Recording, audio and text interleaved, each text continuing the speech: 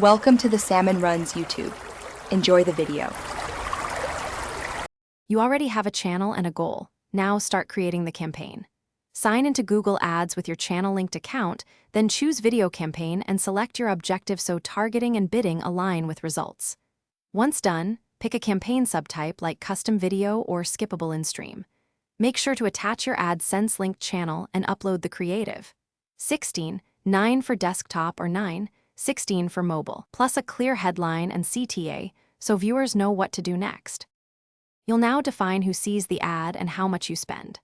Start with location, language, demographics, then layer interests or a custom intent audience to reach people actively searching related terms.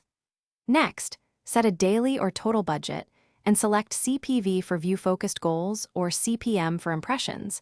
Consider maximize conversions for action-driven campaigns. Then narrow placements to channels or videos if you want control, or leave broad to let Google optimize. This structure balances cost with relevance as you run early tests. You're ready to launch. Review all settings and start the campaign, then monitor performance over 48 to 72 hours before making major changes. Look at CTR, view rate, and conversion metrics. If CTR is low, swap thumbnails or shorten the hook. If view rate is low, try a non-skippable or revise the opening 5 seconds.